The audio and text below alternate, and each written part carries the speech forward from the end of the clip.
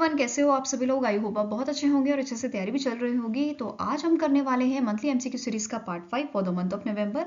अगर आपने इसका प्रीवियस पार्ट नहीं देखा है तो एज यूजुअल आप आई बटन पे क्लिक कर सकते हैं। यहाँ पे आपको इसका लिंक विजिबल हो जाएगा एंड इस लेक्चर की जो पीडीएफ है वो हम शेयर करेंगे हमारे टेलीग्राम चैनल पे, जिसका लिंक मैंने आपको डिस्क्रिप्शन बॉक्स में दिया हुआ है, आप इसे ज्वाइन कर सकते हैं। सो चलिए जल्दी से स्टार्ट करेंगे आज का लेक्चर। सो पहला यहाँ पे आपका क्वेश्चन है, the National Payment Corporation of India that is NPCI has recently in November appointed which Bollywood actor as its UPI safety ambassador. तो इनमें से कौन से आपके बॉलीवुड एक्टर हैं जिन्हें यूपीआई सेफ्टी एम्बेसडर बनाया गया है एनपीसीआई के द्वारा? तो आंसर आपका हो जाएगा it is option number B, Pankaj Tripathi. Fine, answer will be your option number B.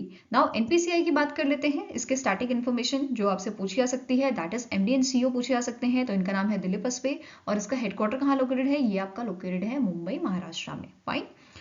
Now next आपको क्वेश्चन है, the Indian Army is set to induct the Dash Starliner drone of a multi-role, multi-altitude, long endurance unmanned aircraft system from Elbit System। ये company है जिसने इस drone को बनाया है, which is a defense company of Israel।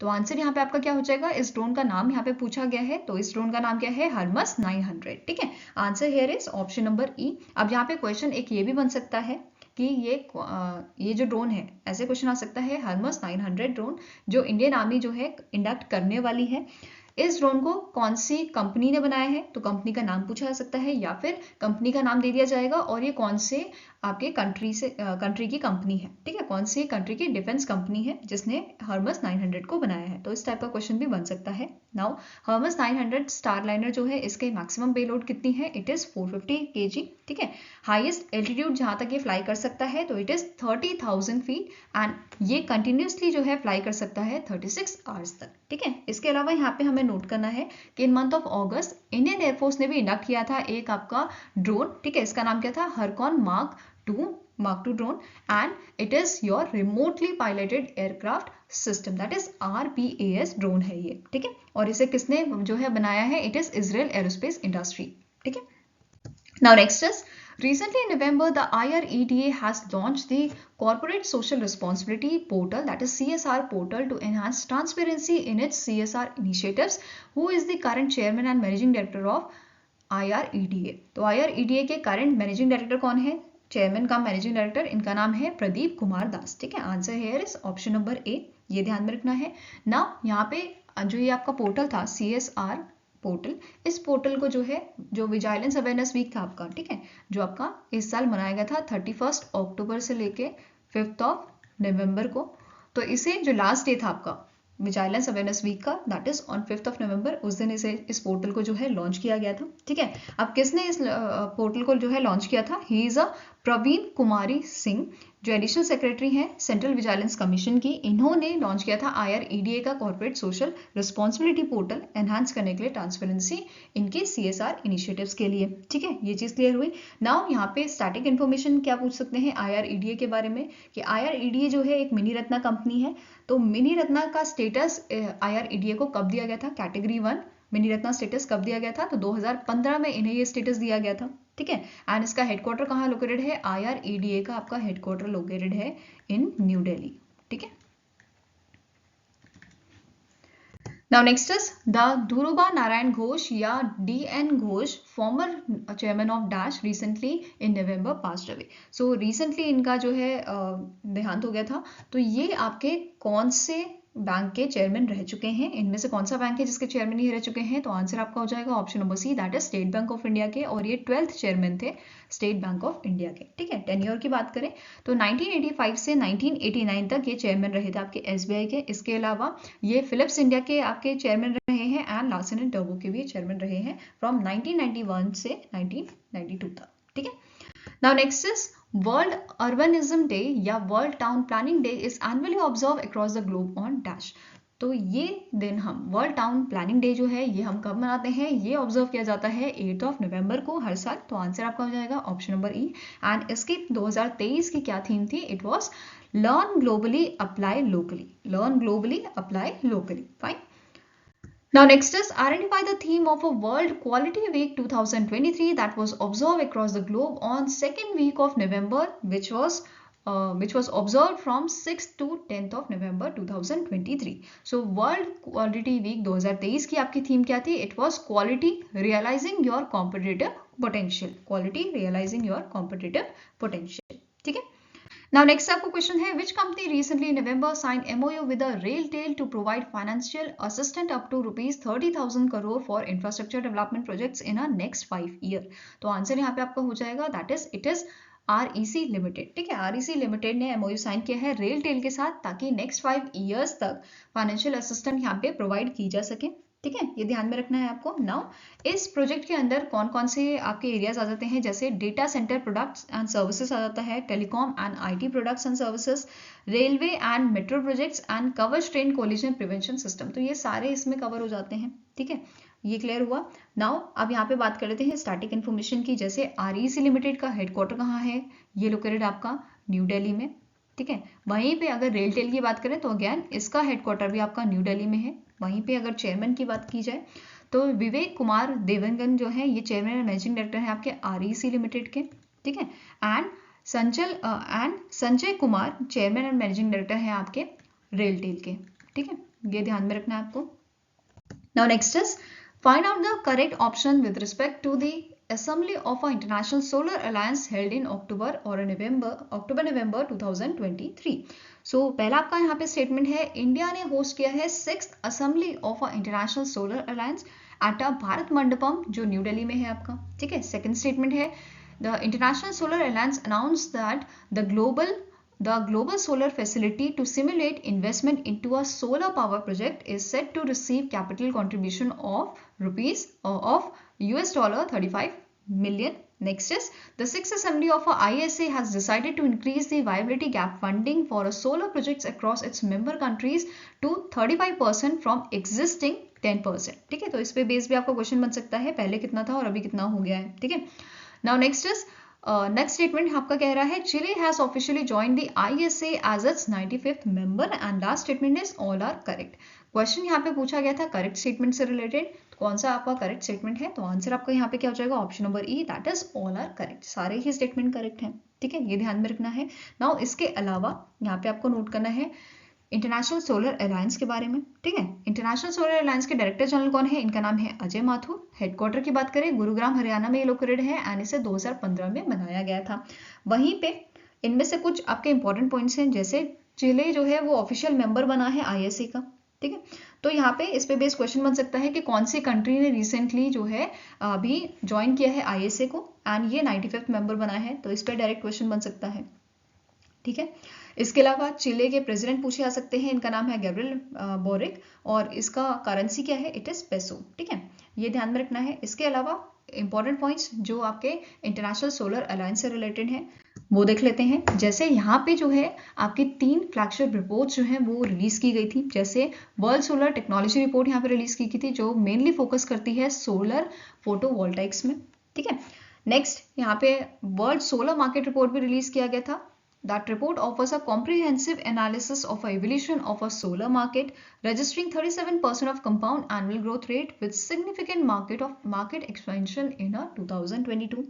Next is World Solar Investment Report. ठीक है, ये हाईलाइट करती है. ठीक है, it highlights the surge in a global solar investment in 2022 exceeding $300 billion, which is a 36% increase from 2021. तो ये report भी ध्यान में रखनी है, आपको पूछी जा सकती है एग्जाम में. ठीक है, नेक्स्ट आपको क्वेश्चन है, which among the following statement is correct with respect to the World Food India recently in November held at New Delhi, Delhi.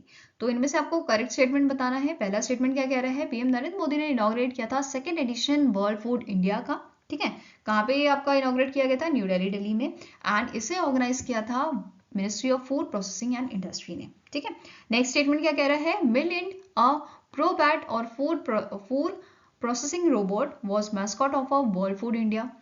During the event, PM Modi announced the seed capital aid of 380 crore to support over 1 lakh self-help group members.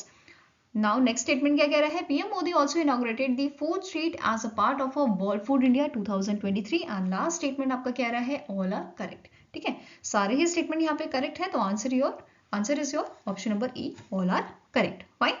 Now इसके अलावा यहाँ पे जो की points थे आपके world Food India से related वो देख लेते हैं। जैसे इस इवेंट में ग्लोबल एंड डोमेस्टिक इन्वेस्टर ने कमिट किया है that they will invest the 33,129 crore rupees in the India's food processing sector. ठीक है, तो इंडिया के फूड प्रोसेसिंग सेक्टर में ग्लोबल और डोमेस्टिक इन्वेस्टर यहाँ पे इन्वेस्ट करने वाले हैं। साथ में ही जो हमारी फूड प्रोसेसिंग इंडस्ट्री है, ministry of food processing industry, इन्होंने यहाँ पे 16 MOU भी साइन किए थे सेवरल ऑर्गेनाइजेशंस के साथ। ठीक है, नाउ नेक्स्ट आपका स्टेटमेंट है the agriculture and processed food products export development authority APEDA, इन्होंने यहाँ पे MOU साइन किया है लुलु हाइपर मार्केट LLC के साथ, ताकि एनहांस किया जा सके export of Indian agriculture products including millets to the Gulf corporation countries.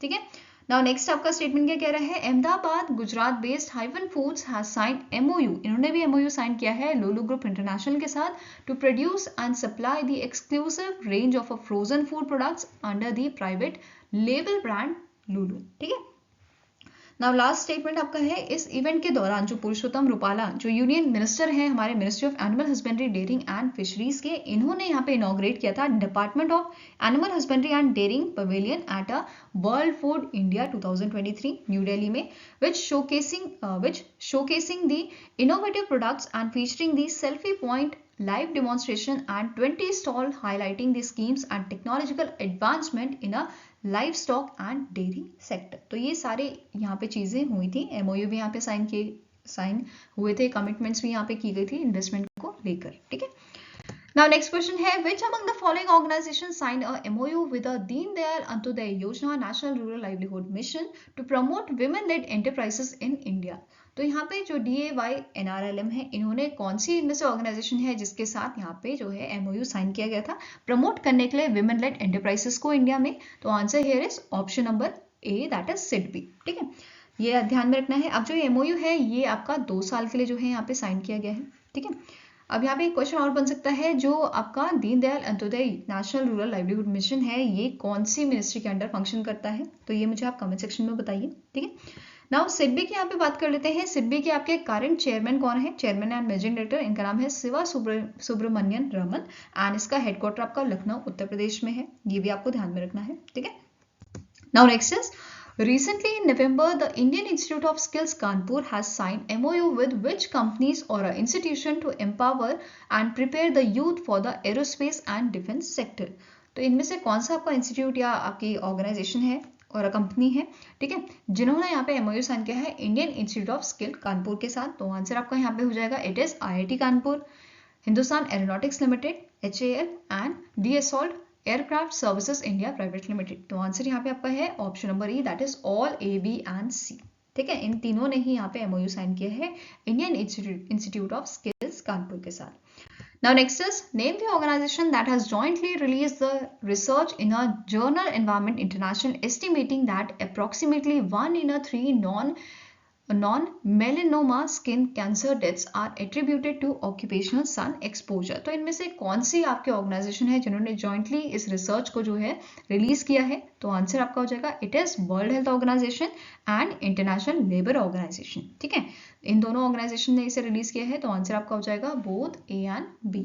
Fine, now World Health Organization की अगर बात करें तो इसके डायरेक्टर जनरल कौन है? इनका नाम है डॉक्टर टेड्रोस एडहेनॉम घेब्रेयेसस और इसका हेडक्वार्टर आपका कहाँ लोकेटेड है? जिनेवा स्विट्जरलैंड में, और इसे 1948 में जो है स्टैब्लिश किया गया था। स्टैब्लिशिंग ईयर भी आपको कभी कभार पूछ लिया जाता है, तो ये भी आपको नोट करते चलना है। वहीं पे अगर इंटरनेशनल लेबर ऑर्गेनाइजेशन की बात करें तो इसके आपके डायरेक्टर जनरल कौन है? इनका नाम है गिलबर्ट होंगबो।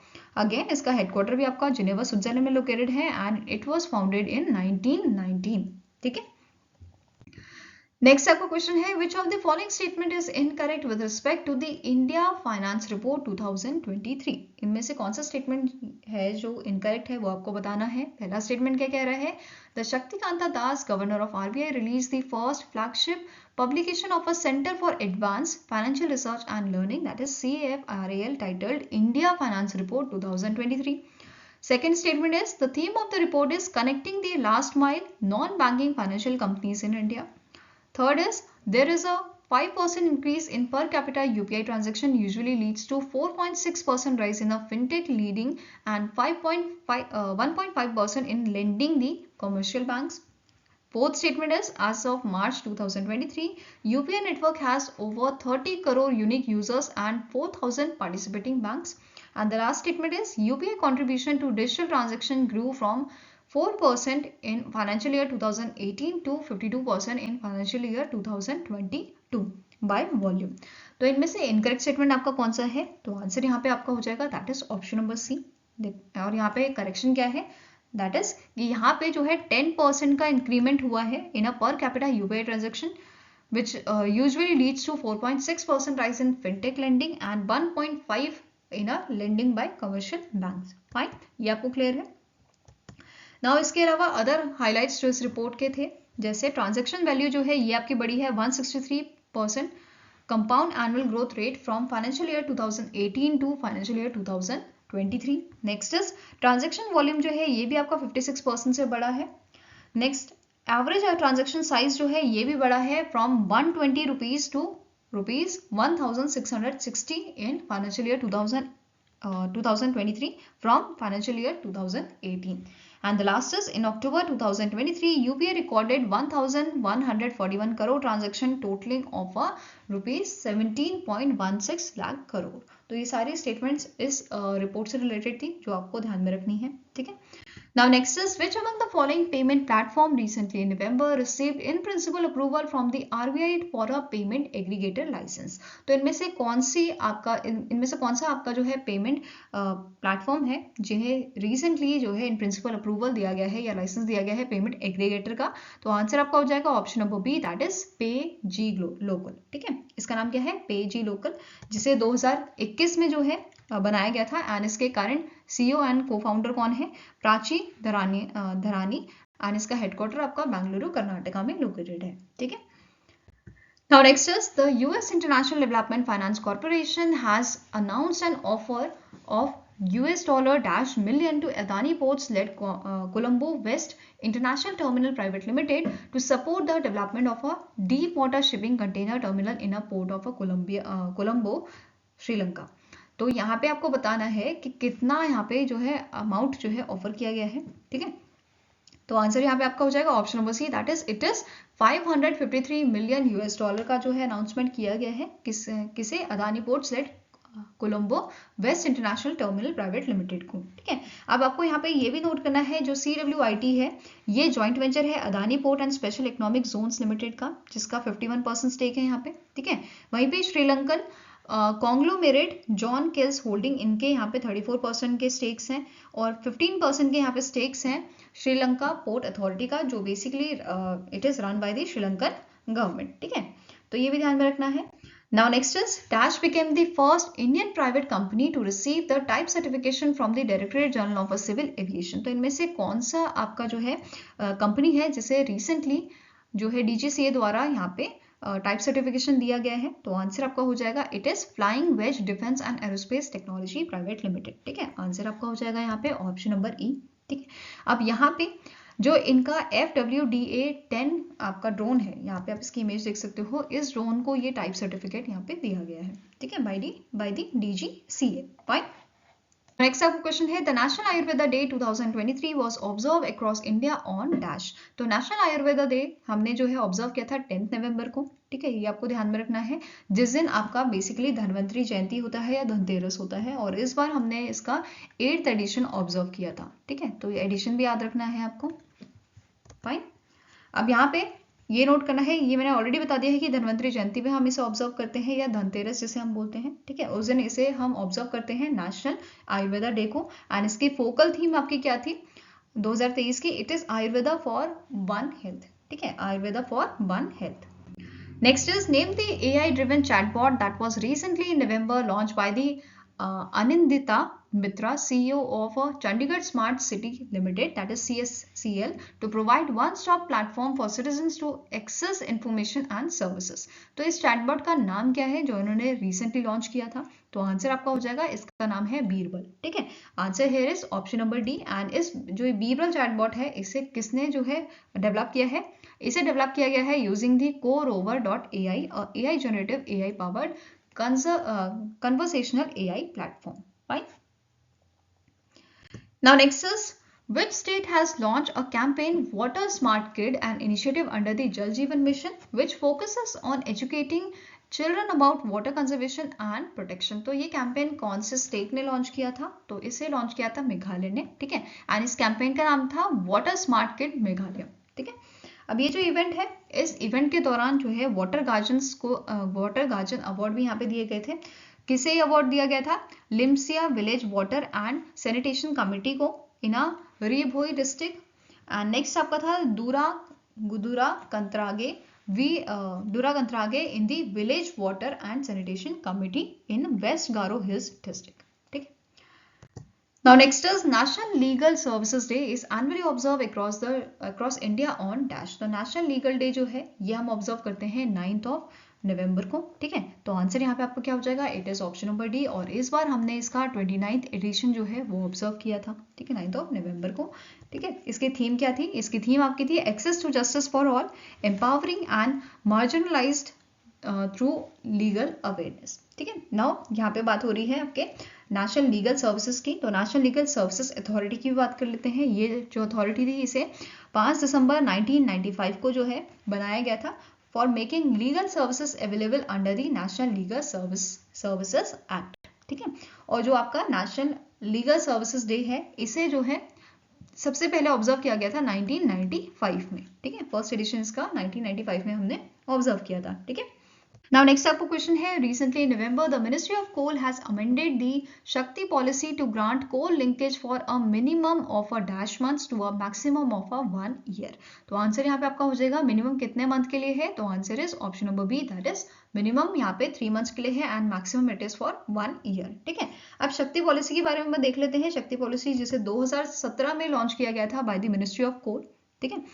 इसका फुल फॉर्म आपका इंपॉर्टेंट है, scheme for harnessing and allocating Koyla, ठीक है। 2017 में इसे लाया गया था मिनिस्ट्री ऑफ कोल के द्वारा for allocation of a coal among the thermal power plants transparently and objectively, ठीक है। इसके अलावा this policy provides coal linkages to the power plants which lack fuel supply agreement through the coal auction. तो ये भी आपको ध्यान में रखना है। अब यहाँ पे मिनिस्ट्री ऑफ कोल की बात हो ही रही है तो इसके यूनियन मिनिस्टर कौन है ये आपको पता होना चाहिए। इनका नाम है प्रहलाद जोशी। क्या नाम है? प्रहलाद जोशी, ठीक है।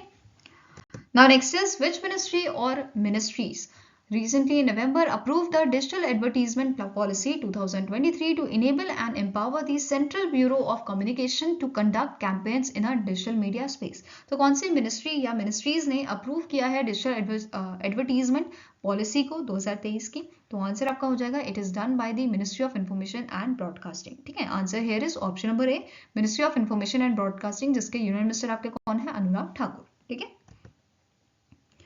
Now next is in November 2023 the India and Bangladesh navies undertook the 4th edition of a Bongo Sagar 2023 in the northern Bay of Bengal। When was the first edition of Bongo Sagar exercise conducted between both the navies? तो सबसे पहला addition जो आपका हुआ था वो 2019 में हुआ था, ठीक है। आंसर यहाँ पे आपका क्या हो जाएगा? ऑप्शन नंबर ई, ठीक है।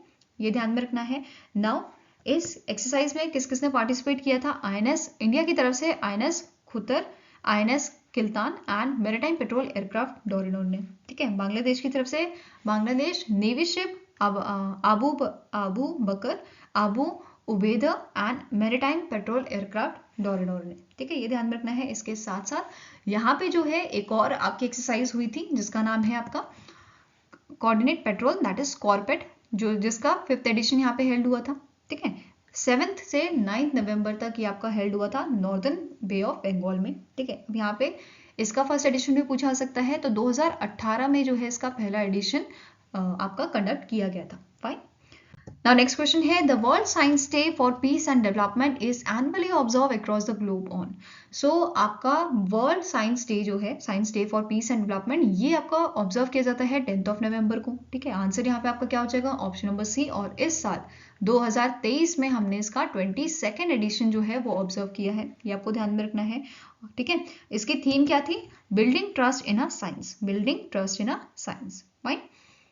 नेक्स्ट आपको क्वेश्चन है which university tops the QS world university ranking Asia 2024 that was recently released in November 2023। So अभी जो है कुछ टाइम पहले ही 16th एडिशन आपका रिलीज किया गया था QS world university ranking Asia 2024 का, जिसमें जो टॉप यूनिवर्सिटीज होती हैं उनकी एक लिस्ट जो है रिलीज की जाती है। ठीक है, एशिया में जो टॉप यूनिवर्सिटीज हैं उनकी। ठीक है, तो इस बार सबसे पहला नंबर या पहले पोजीशन जो है वो एक्वायर की थी आपकी पीकिंग यूनिवर्सिटी चाइना ने। ठीक है, which is followed by the university of Hong Kong, university of Singapore, Nyang technology university and T Siang university of China. ठीक है, तो टॉप 5 में आपकी ये यूनिवर्सिटीज थी। ठीक है, यहाँ पे आप उसकी पूरी लिस्ट देख सकते हो।